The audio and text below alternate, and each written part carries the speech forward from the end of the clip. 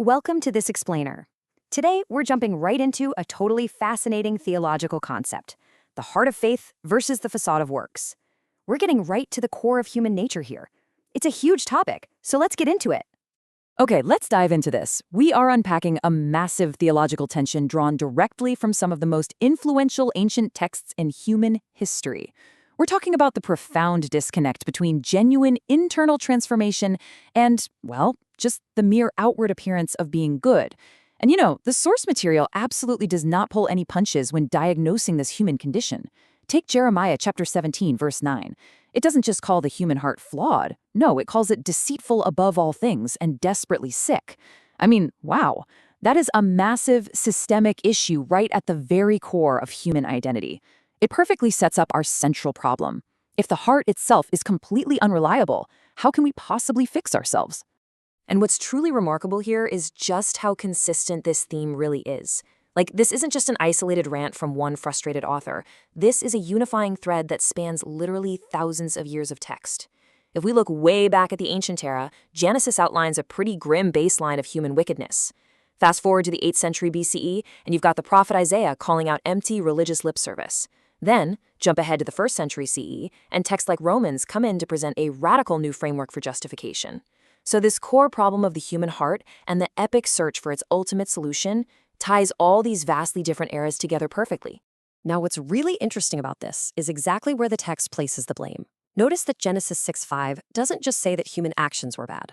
No, it specifically says, every intention of the thoughts of his heart was only evil continually. The focus is laser-targeted on the internal world. The source material is essentially arguing that the real root of wickedness isn't your external behavior. It's the underlying intentions, the hidden thoughts, the deepest, darkest parts of the heart. The bad actions, those are just the symptoms of the disease.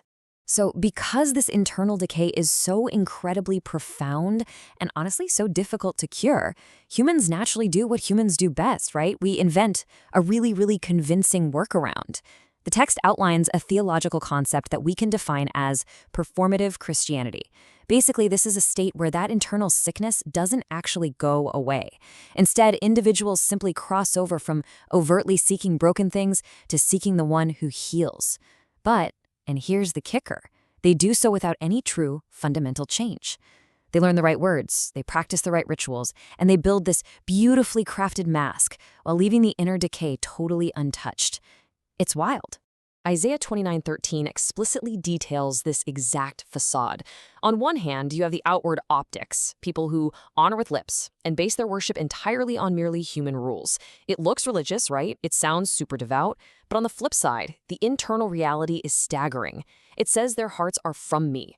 The source is making a razor-sharp distinction here between a religion of human rules and lip service versus a genuine connection to the divine. The outward facade is completely and utterly disconnected from the internal truth. And man, the text in Matthew 23:25 brilliantly illustrates that exact disconnect. Jesus confronts the religious leaders of his day with this absolutely devastating metaphor. He calls them hypocrites, and he compares them to a cup that is sparkling clean on the outside, but utterly filthy on the inside. He explicitly names what's hiding behind that shiny religious exterior: greed and self-indulgence. This isn't just some critique of poor dishwashing hygiene. It is a profound psychological and theological indictment of the human tendency to prioritize optics over actual character. If we break this down a bit more, the outside of the cup is all about reputation. It's about saying the right prayers and adhering to human rules so society applauds you. And hey, it looks great. But if the inside remains entirely full of greed and self-indulgence, that clean exterior isn't just useless, it's an act of deception. It's a trap, honestly. The performative facade tricks people into thinking that a real healing has occurred when the sickness is actually just securely hidden from view. And the texts show us that this performative state inevitably leads to catastrophic real-world failures. I mean, it is definitely not harmless. Look at these specific examples drawn straight from the New Testament. In Matthew 23:15, individuals are literally traveling over land and sea to win a single convert, only to make them twice as much a child of hell as they are, meaning they're just passing on their own toxic hypocrisy. Or in John 12:5, we see the facade being used to pretend to care for the poor, complaining about perfume worth a year's wages, when the actual hidden motive was entirely different. And in 1 Corinthians 5, a community is so disconnected from genuine morality that they actually tolerate severe sexual immorality. The mask slips, and the results are incredibly destructive. Let's look a little closer at that extreme example from 1 Corinthians 5. The text describes a situation of incest, a man sleeping with his father's wife, which the text even points out is a kind of immorality that the surrounding pagan culture didn't even tolerate. But the shocking part isn't just the act itself, it's the community's reaction to it. The text says, "and you are proud." Like, no way. The performative facade has so deeply distorted their reality that instead of going into mourning over this massive moral failure, they're actually boasting.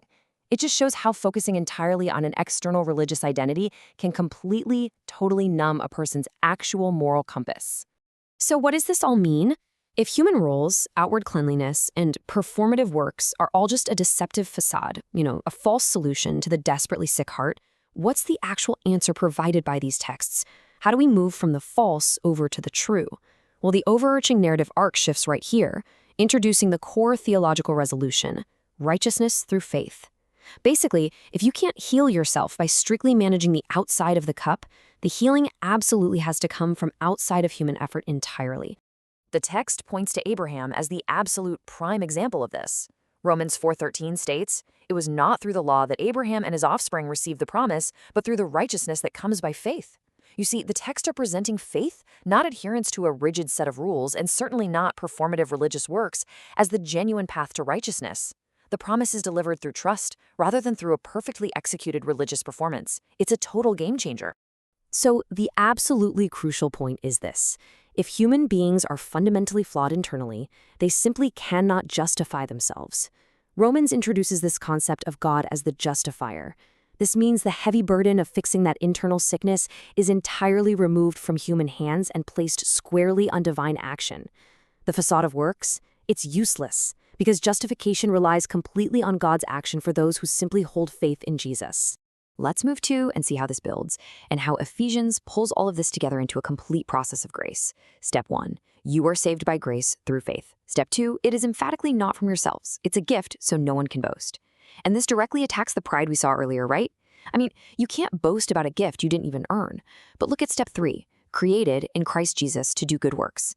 The texts don't abandon good works at all. They just completely reorder them. Good works aren't the tool you use to scrub the outside of the cup to earn salvation.